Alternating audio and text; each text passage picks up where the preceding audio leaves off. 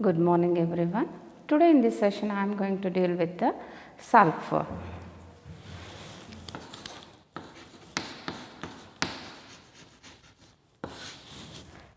Sulfur, it is having two allotropic forms. One is rhombic sulfur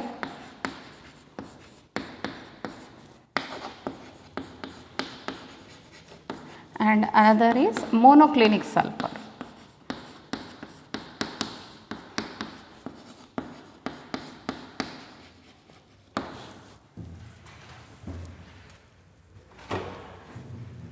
First we shall study regarding the rhombic sulfur.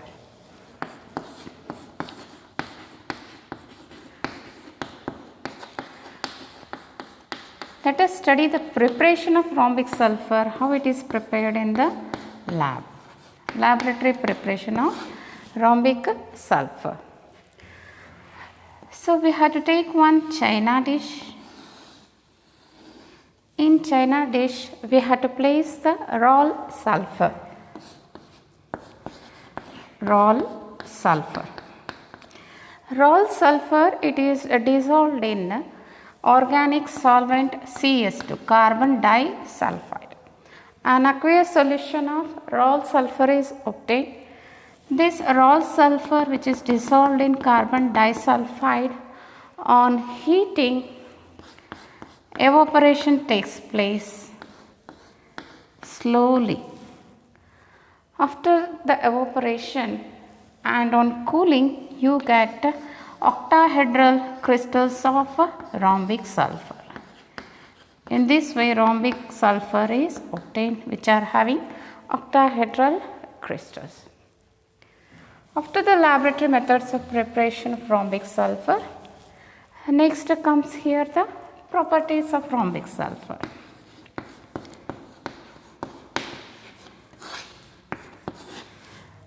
Rhombic sulfur, here it is having octahedral crystals. It is octahedral crystals. Rhombic sulfur is insoluble in water, but it is soluble in inorganic solvents. It is insoluble in water, but it is soluble in organic solvents like alcohol, CS2 and so on. This rhombic sulfur, it is more stable at room temperature. It is more stable at room temperature. If we heat this rhombic sulfur above 369 Kelvin, so when we reheat above 369 Kelvin, the rhombic sulfur gets converted into monoclinic sulfur.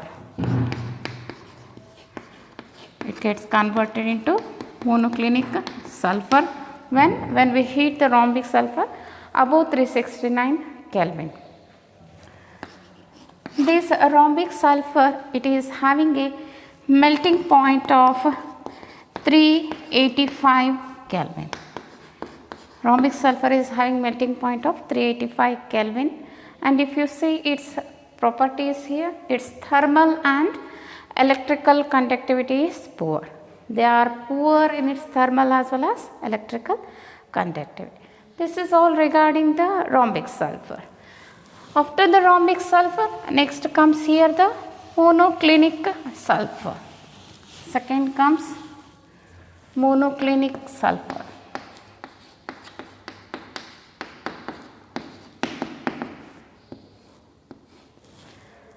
Monoclinic sulfur we can prepare in lab by taking a china dish.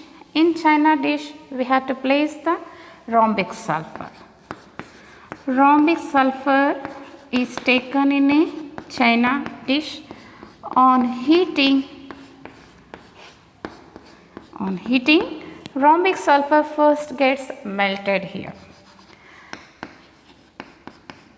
Rhombic sulfur gets melts.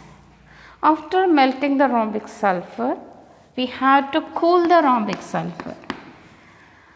When we cool, on the surface we get a thick layer, we call it as a crust. A thick layer is obtained on the surface, it is known as crust. Below this crust is the liquid, some of the liquid, as well as you can see a colorless needles of monoclinic sulfur is obtained. Thin needle type crystals which are colorless is obtained. So we have to make 2 holes on the crust and we have to remove the liquid from these holes. We have to pour out the liquid which is present in the china dish. After removing the liquid, we have to remove the crust. We get a thin needle shaped, colorless needle shaped crystals of monoclinic sulfur is obtained. Properties of monoclinic sulfur. Monoclinic sulfur, it is having colorless needle shaped crystals. Colorless needle shaped crystals.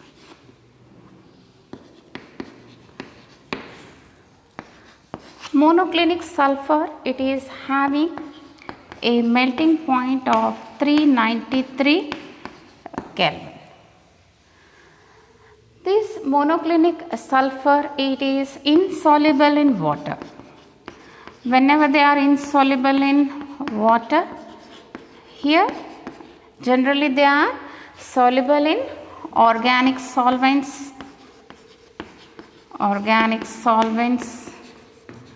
like CS2, alcohol, benzene and so on.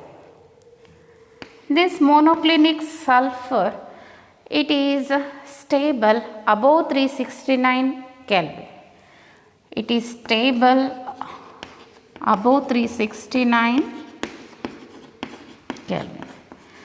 Below 369 Kelvin, this monoclinic sulfur gets converted into rhombic sulfur. Monoclinic sulfur is stable above 369 Kelvin. Rhombic sulfur is stable below 369 Kelvin. If you see the relation between rhombic sulfur and monoclinic sulfur here, rhombic sulfur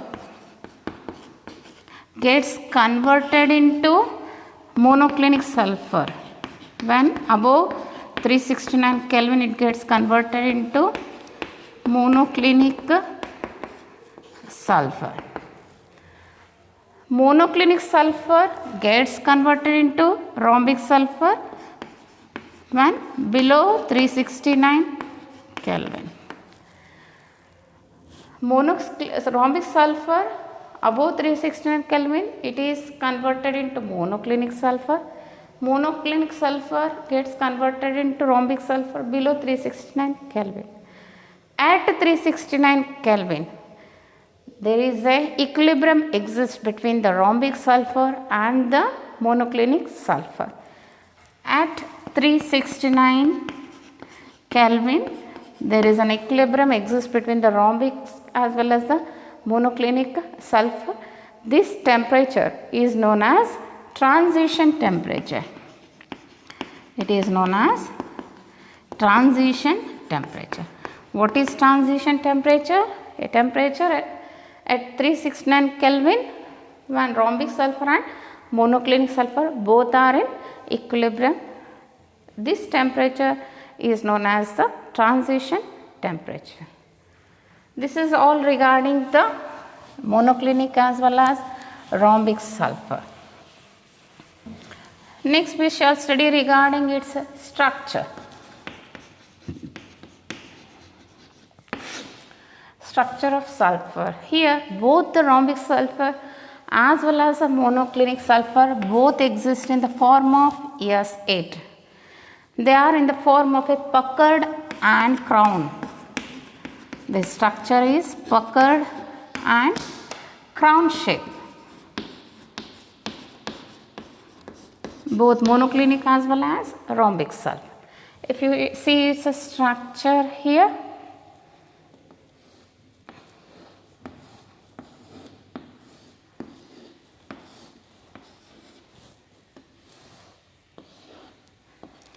it is looks like a crown, hence we call it as a crown shape and a pucker shape. Yes, 8 with a bond length of 204 picometer and bond angle of 107 degree. This is the shape of S8. It also exists in the form of cyclic ring as cyclo S6. Here the geometry is in the form of a chair. It is known as chair form.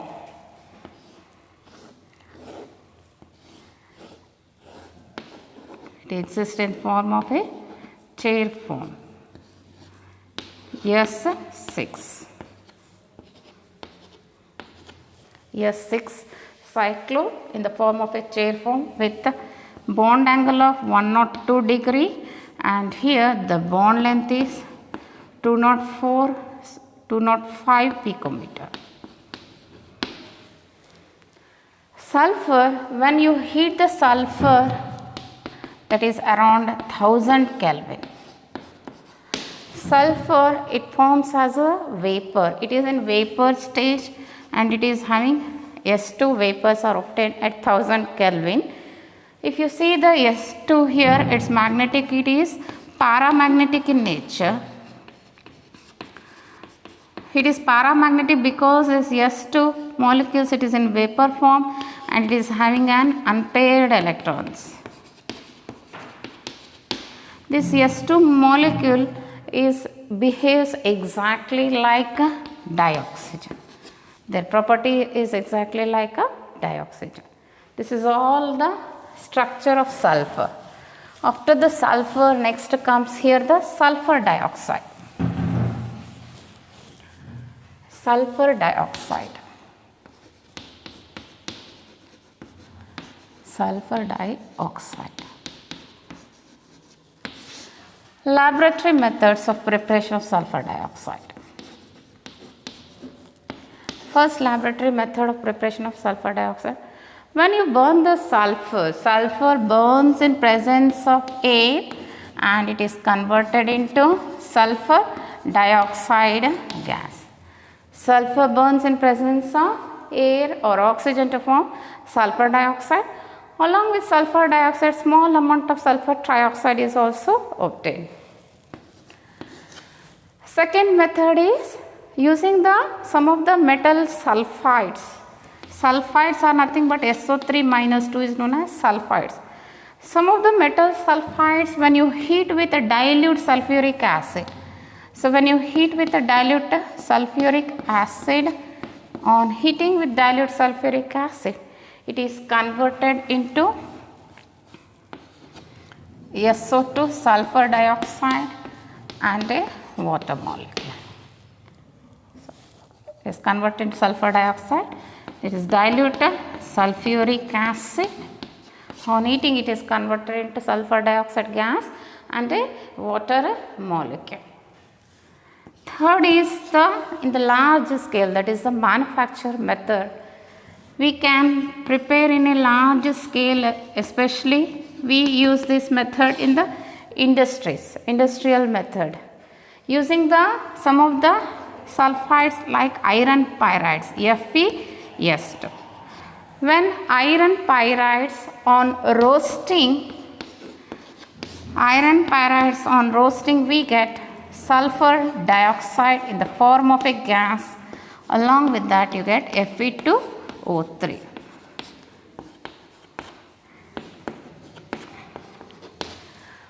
During this manufacture method, the sulfur dioxide gas, it is dried, it is liquefied and it is stored in a steel cylinders. In this way, they are used in a large scale manufacture method.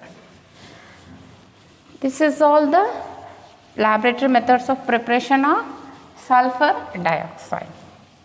After the laboratory methods of preparation, next comes here the properties of sulfur dioxide. Sulfur dioxide, here it is a colorless gas having a pungent odor. Colorless gas with pungent odor. Sulfur dioxide is a colorless gas with pungent odor. Sulfur dioxide, it is soluble, highly soluble in water. It is soluble in water, and if you see the sulfur dioxide, it is heavier than the air. Heavier than the air. Sulfur dioxide is heavier than air, and here we can liquefy the sulfur dioxide even at room temperature. We can liquefy sulfur dioxide at room temperature. The condition is here we have to increase the pressure at 2 atmospheric pressure. We can liquefy this gas. These are some of the physical properties. After physical properties, here next comes the chemical properties of sulfur dioxide. Chemical properties of sulfur dioxide. Sulfur dioxide, it is highly soluble in water. Sulfur dioxide gets soluble in water and it will form H2SO3. Sulfurous acid is obtained. We get sulfurous acid. Sulfur dioxide also reacts with alkalis like NaOH. When sulfur dioxide reacts with alkalis like sodium hydroxide, it will form Na2SO3 and a water mole. Na2SO3 is nothing but sodium sulfide. The obtained sodium sulfide along with water, if we treat with excess of sulfur dioxide, it is converted into NaHSO3. NaHSO3 is nothing but sodium hydrogen sulfide. In this way, we can manufacture sodium hydrogen sulfide. Instead of sodium, if we take calcium, we get calcium hydrogen sulfide.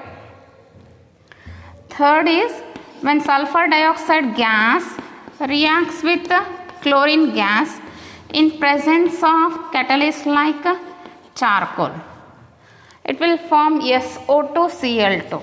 SO2Cl2 is nothing but sulfuryl chloride. Sulfuryl chloride is obtained. This is the third chemical property.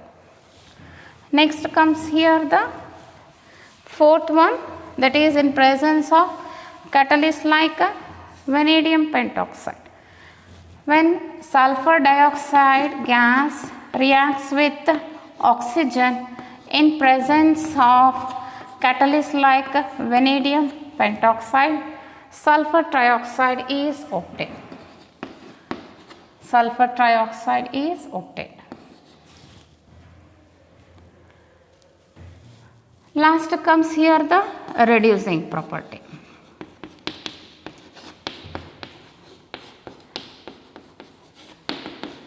Sulfur dioxide acts as a good reducing agent. Here, ferric ions,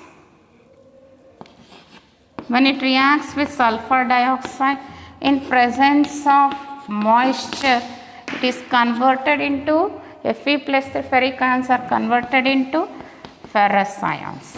Along with that, SF4 minus 2 and 4H plus is obtained. Sulfur dioxide, it decolorizes the pink color of KMnO4 to colorless MnSO4. KMnO4 color, it will be pink in color. When potassium permanganate, it reacts with sulfur dioxide in presence of moisture, the pink color of KMnO4 gets decolorized to colorless MnSO4.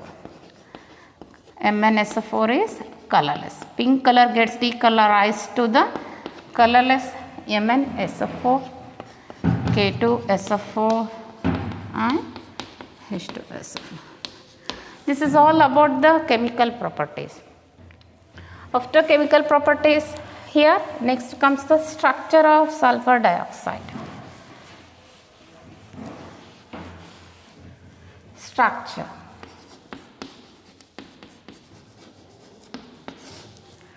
Sulfur dioxide.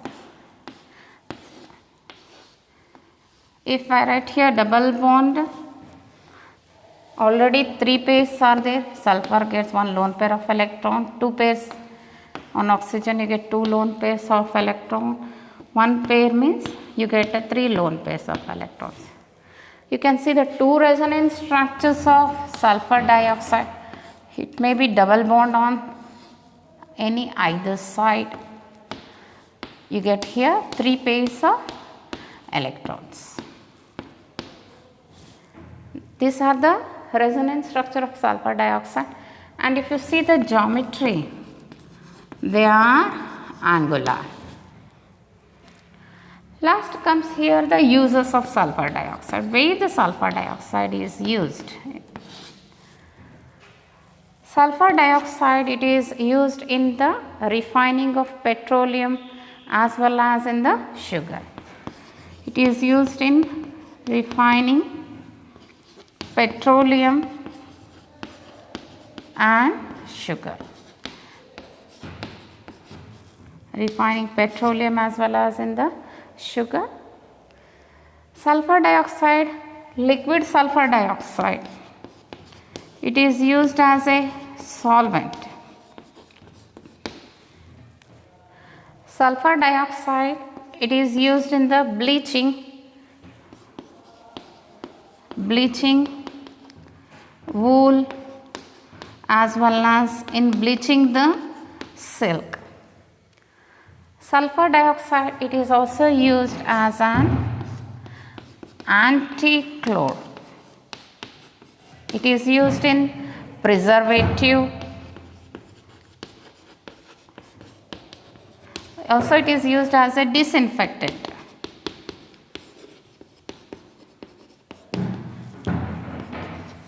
Sulfur dioxide, it is used in the manufacture of sulfuric acid. It is used in the manufacture of NaHSO3 sodium hydrogen sulfide. It is used in the manufacture of calcium hydrogen sulfide. Calcium hydrogen sulfide.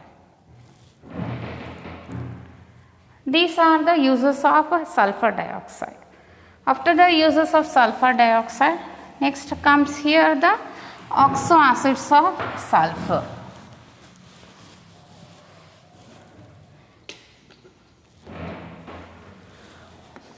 Oxoacids of sulfur. First here oxoacid, if I see of sulfur, H2SO4. One sulfur it is there, and here you can see how many bonds formation, 4. So one side always it will be 2 double bonds.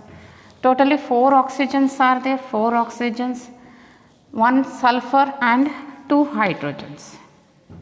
You can write it as OH. This is the structure of sulfuric acid. Sulfurous acid. Sulfurous acid, H2SO3. One oxygen will be less, then it becomes here sulfurous acid. Sulfur with 3 oxygen atoms, right, and 2 hydrogen atoms. and you get a one lone pair of electrons on the sulfur. This is the structure of sulfurous acid. Next comes here peroxo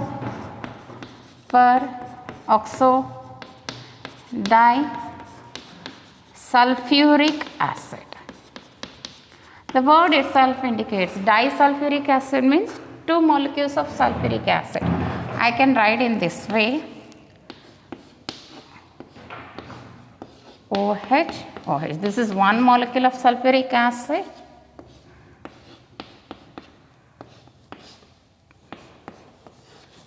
and another is OH double bond oxygen.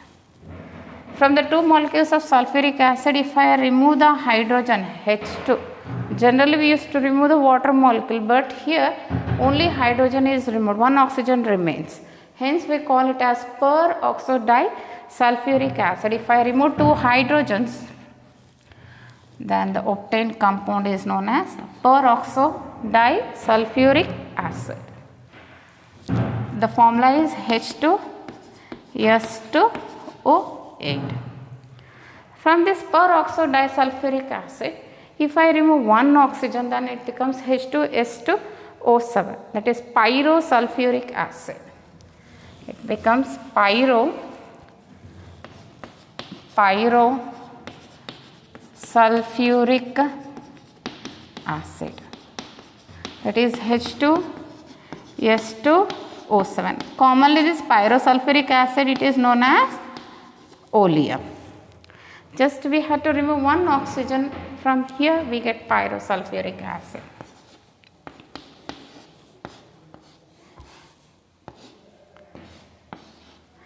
Between the two sulfur is one bond,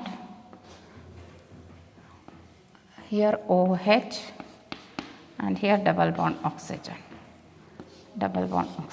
OH. This is the structure of pyrosulfuric acid. Commonly this H2S2O7, it is known as the oleum. Thank you.